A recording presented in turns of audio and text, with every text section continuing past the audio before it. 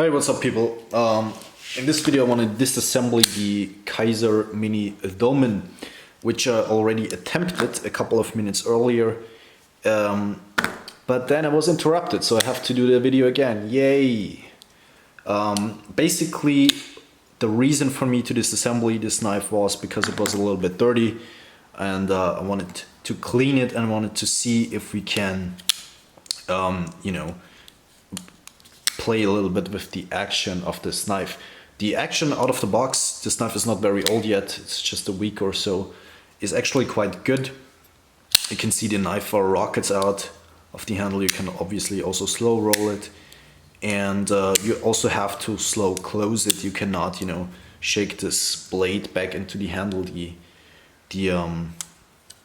knife is not capable of doing that yet, which is not a problem, by the way. It's a good action, it's smooth and everything. There's no rubbing of the detent ball or the washers. And yeah, so I will just go ahead and show you how this knife looks inside, because it's actually quite interesting. And then we give it a little bit of oil and see if that does anything to our action, because that's probably one of the questions a lot of people have.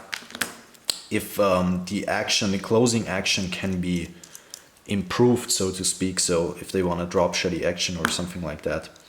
The screws come out relatively easily. You need a T6 and a T8 for the pivot.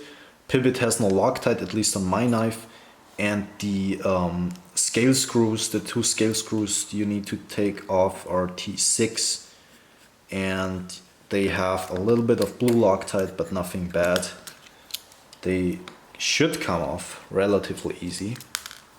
There we go. So there is our scale on the presentation side. It was a little bit oily underneath from factory. I already cleaned that, like I said, in my first disassembly. And here is the milled out pockets. We talk about this piece right here in just a second. You can see on the other side, that's not the presentation side, we don't have any milling in the scale. Yeah, so, and then let's talk about, actually let's remove the washers first and talk about this thing here first. So yeah, there we go.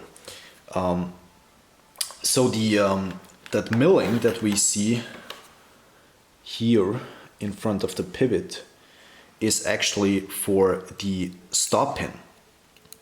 So most knives, you probably know that, have their stop pin. Just a second.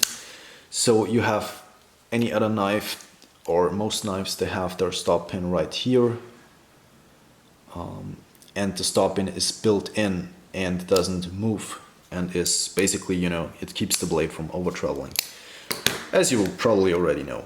And this knife has the stop pin integrated in the blade. It's right here, and the stop pin actually travels around.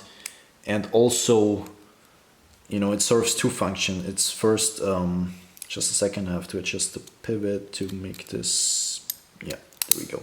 So the stop pin right here travels with the blade, and it also keeps the blade from over pushing into the handle and hitting the backspacer. So it's basically two functions with one pin. And that's why you need that milling here. So the stop pin is on both sides. Let me get that out here.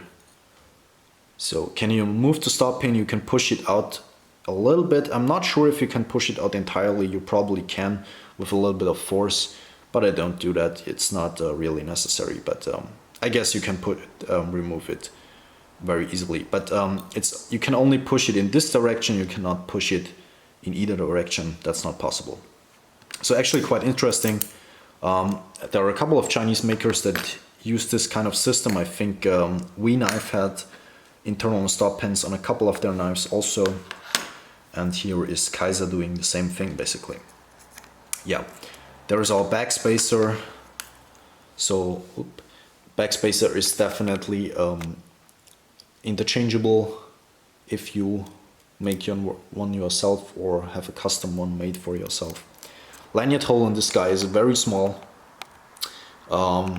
I'm not sure why they did it like that, but yeah, it will only use a certain type of lanyard. And now we get to the second very interesting thing about this knife is that it uses, first, it doesn't use bronze phosphor washers or phosphor bronze washers, however you say that. It uses, I think this is brass actually. So it uses brass washers and it uses free washers on each side. So each side of the knife has free washers, and the nylon washer is in between the two brass washers. Actually quite interesting. And that also explains why the action is very unique on this knife. But a bad thing that I noticed on these washers is that they have a little bit of marks here and there. So the nylon washer seems to be fine, except that it's a little bit dirty, but you can probably tell that the brass washer here has some bends and some nicks in it, which I'm not a super fan of, because you know this is a very important part that should be smoothed out. And on one side, I'm not sure on which washer it was, I think it was actually this, but yeah, it is in certain parts it is quite significantly bent. And I think the reason for that is because if we take the liner here, it looks like from the marks on the washer and the marks on the liner that they just that this was a closed thing here, that was one solid piece of brass probably, and they just pushed it through there with the liner. So I don't know, it looks like it took some damage from that. But the good thing is that all the things that stick out actually go into the liner, so it doesn't damage our washers necessarily. But it's just a little bit ugly to see that in a knife in a certain price range, or at any price range, I would say, it's not pretty how this knife you know, looks inside washers wise. But apart from that, everything seems to be fine, and the washers seem to work actually. So let's reassemble this knife and see how long this takes us actually. So sorry, you guys are out of focus, I know. So the other side of the scale doesn't have to be removed unless you want to, but it's not really necessary. So now I have to look which side is which. I believe.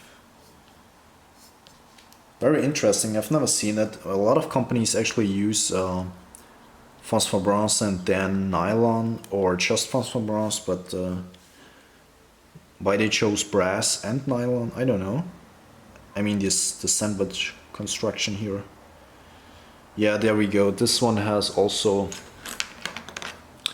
a couple of bends in there, a couple of nicks that stick out. So I will just put this one on the outside. I think it will fit there better, so it doesn't damage our blade or our nylon washer that bad.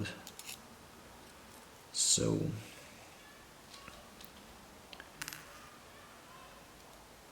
and then I take some oil, and I'm not sure, I think I will put one tiny drop of oil on here and then another one between the blade and the washer, and we will see how that works out for us.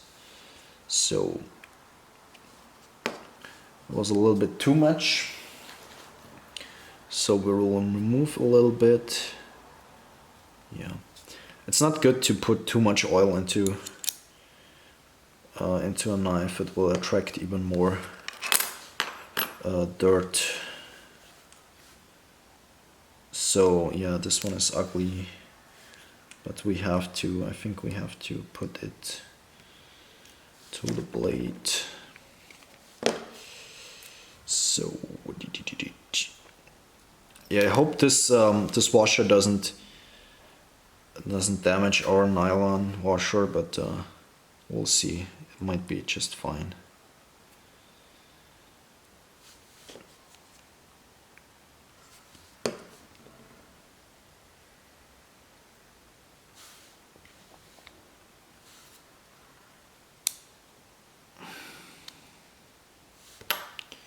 So, and now we take our scale and liner and we put the whole thing back together. So as you see, the disassembly and reassembly is quite easy. Yeah, it's a little bit fiddling with those free washers, but nothing complicated here. It's simple locking system and a simple construction overall, so that's definitely good. I like that. I actually like that. The so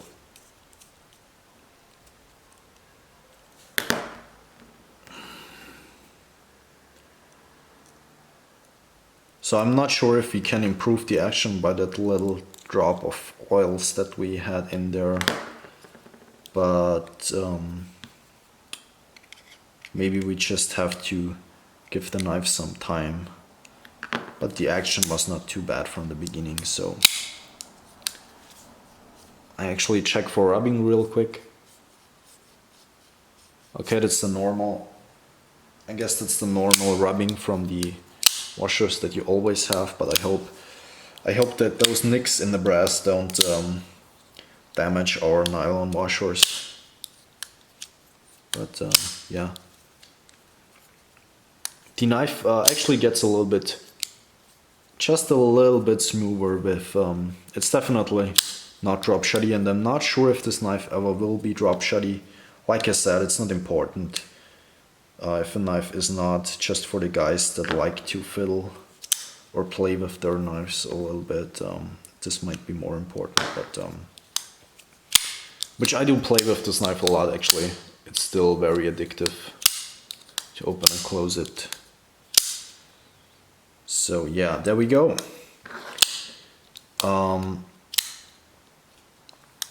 Kizer mini Domin on the inside. So thank you guys for watching and have a nice day. Goodbye, people.